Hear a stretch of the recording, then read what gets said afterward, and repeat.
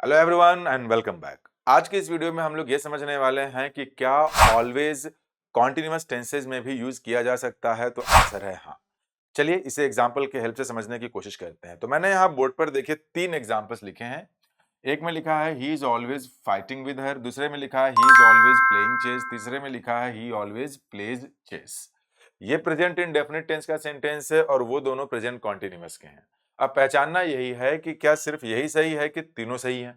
देखिए तीनों सही हैं।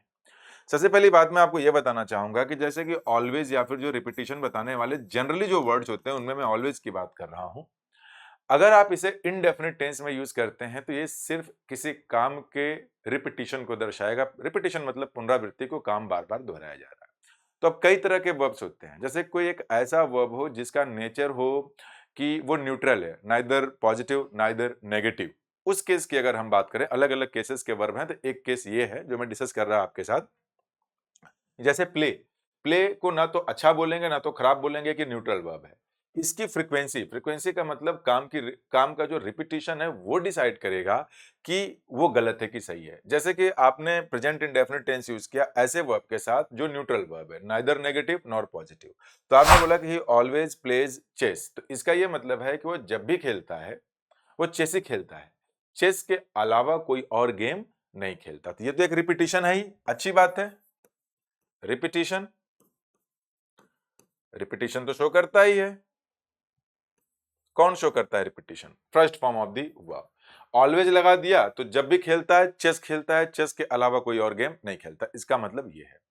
लेकिन जब आप इसी ऑलवेज को कॉन्टिन्यूअस में यूज कर लेते हैं, कॉन्टिन्यूअस में, ठीक है ना, इसी ऑलवेज को जब आप कॉन्टिन्यूअस टेंसेज में यूज कर लेते हैं, कॉन्टिन्यूअस का मतलब बिल्कुल ये मत समझिएगा I am talking only about present continuous. इसका मतलब पास्ट कॉन्टिन्यूअस भी हो सकता है, जरूरत के हिसाब से फ्यूचर कॉन्टिन्यूअस भी हो सकता है। जब आप ऐसे वर्ब्स की बात कर रहे हो जो न्यूट्रल हो, जैसे कि न तो नेगेटिव हो न तो पॉजिटिव हो, उनका रिपीटिशन बताएगा कि वो नेगेटिव है कि पॉजिटिव है। यानी कि इस वाले सेंटेंस का मतलब फर्स्ट फॉर्म के साथ इसका मतलब ये निकल रहा है कि वो जब भी खेलता है चेस खेलता है, चेस के अलावा कोई खेल नहीं खेलता, उसे चेस ही पसंद है। इसका मतलब पता है क्या है? He is always playing chess. इसका ये मतलब है कि वो चेस का रिपीटिशन इतना ज्यादा है कि अब आप इसमें डिसअप्रूवल दे रहे हैं। यानी कि ऑलवेज को जब आप कॉन्टिन्यूअस टेंस में यूज करते हैं तो ये डिसअप्रूवल को शो करता है। क्या शो करता है? डिसअप्रूवल को। डिसअप्रूवल बोले तो इरिटेशन, यानी कि आप उसको अप्रूव नहीं कर रहे हैं। तो जाहिर सी बात है कि अगर किसी काम का रिपीटिशन, न्यूट्रल वर्ब की बात कर रहा हूं मैं, नाइदर पॉजिटिव नाइदर नेगेटिव, वो न्यूट्रल वर्ब नहीं है। झगड़ा करना अच्छी बात नहीं होती है। लेकिन ये जो प्ले वर्ब है, खेलना, किसी से बात करना, सोना, खाना, ये सब नॉर्मल है भाई। इंसान ने तो खाना तो खाएगा ही, इंसान ने तो बात तो करेगा ही। और पढ़ना, भाई जिंदगी में आगे जाना है तो पढ़ना ही है। लेकिन इन एक्शंस के रिपीटिशन जब एक हद से ज्यादा हो जाए कि जिससे कि आपकी जिंदगी के दूसरे काम बिगड़ने लगे, या फिर वो उतना जितना डिजायर्ड है उससे ज्यादा करने लगे हैं, तो लोग इरिटेट होने लगते हैं, लोग डिसअप्रूव करने लगते हैं ऐसे एक्टिविटीज को कि भैया ये काम नहीं करना चाहिए, जरूरत से ज्यादा हो रहा है। तब जब ऑलवेज को आप कॉन्टिन्यूअस में ऐसे वर्ब के साथ यूज करते हैं तो ये डिसअप्रूवल को शो करता है। डिसअप्रूवल का मतलब ये निकल गया आपका कि ये वाला जो एक्शन है, अप्रूवल, ठीक है, ये वाला जो एक्शन है वो इतना ज्यादा आप रिपीट कर रहे हैं जितना आपको नहीं करना चाहिए। अब जैसे कि फाइटिंग के बारे में मैंने बात किया, तो किसी से पूछेंगे कि ही इज ऑलवेज फाइटिंग विद हर, ये गलत है कि सही है? तो ये सेंटेंस सही है।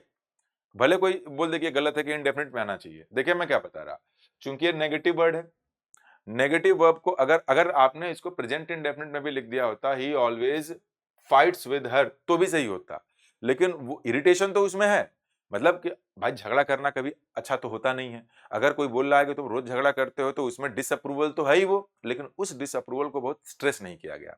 लेकिन अगर आप किसी नेगेटिव वर्ब के डिसअप्रूवल को इरिटेशन के साथ दिखाना चाहते हैं कि यार बहुत करता है, और इस स्ट्रॉन्ग डिसअप्रूवल को शो करना चाहते हैं, तो इंडेफिनिट में लिखने के बजाय उसको कॉन्टिन्यूअस में लिख दीजिए।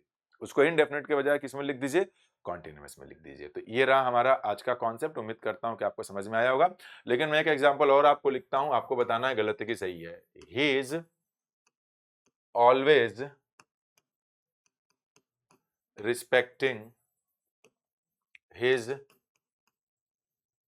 Parents. He is always respecting his parents. मैंने बताया कि ऑलवेज को अगर कॉन्टिन्यूअस टेंसेज में यूज करेंगे तो डिसअप्रूवल शो करेगा। तो भाई ऐसे वर्ब्स जो न्यूट्रल हैं, नाइदर पॉजिटिव नाइदर नेगेटिव, अगर उनको ऑलवेज के साथ कॉन्टिन्यूअस में लिख दिया तो डिसअप्रूवल में भी लागू हो जाएगा कि इतना ज्यादा रिपीटिशन जितना नहीं करना चाहिए। नेगेटिव वर्ब है, उसको अगर आप कॉन्टिन्यूअस में लिख दिया ऑलवेज के साथ तो भी डिसअप्रूवल शो करेगा, स्ट्रॉन्ग डिसअप्रूवल। उसको अगर आप प्रेजेंट इंडेफिनिट में लिख देते हैं या फिर पास्ट किसी भी इंडेफिनिट में लिख देते हैं तो इरिटेशन तो है, डिसअप्रूवल भी है, लेकिन बहुत स्ट्रांगली गिवन नहीं है। अब इसकी अगर हम बात करें तो जो रिस्पेक्ट वर्ब है ये एक अच्छा वर्ब होता है। अच्छा, आप बताइए कि अगर कोई भी बच्चा अपने माता-पिता की रिस्पेक्ट कर रहा है तो माता-पिता की रिस्पेक्ट करना, माता-पिता से प्यार करना, माता-पिता के लिए उनकी उनके आज्ञा का पालन करना अगर कोई करेगा तो क्या कभी इस पे डिसअप्रूवल होगा? कभी नहीं। ये तो जितना करें उतना कम, अपनी जान भी दे दे एक बच्चा माता-पिता के लिए तो कोई नहीं बोलेगा कि नहीं जान देना चाहिए था माता-पिता के लिए। सुसाइड की बात नहीं हो रही है, माता-पिता की रक्षा के लिए, माता-पिता के देखभाल के लिए कोई नहीं बोलेगा। हर एक लोग यही एक्सपेक्ट भी करते हैं। अब कहने का मतलब ये है आपका कि एक अच्छा काम में अगर रिपिटिशन कर रहे हैं तो वो डिसअप्रूवल नहीं हो सकता। हमें पता है कि ऑलवेज को जब आप कॉन्टिन्यूअस में यूज करते हैं तो डिसअप्रूवल होता है, यानी कि अच्छे क्वालिटी के वर्ब के साथ आप इसे कॉन्टिन्यूअस में मत यूज करिए, इसको सिर्फ इंडेफिनिट में यूज करिए। यानी इसको बनाइए कि ही ऑलवेज रिस्पेक्ट्स, ही ऑलवेज रिस्पेक्ट्स हिज पेरेंट्स। तो उम्मीद करता हूं कि आपको ये वीडियो समझ में आई होगी।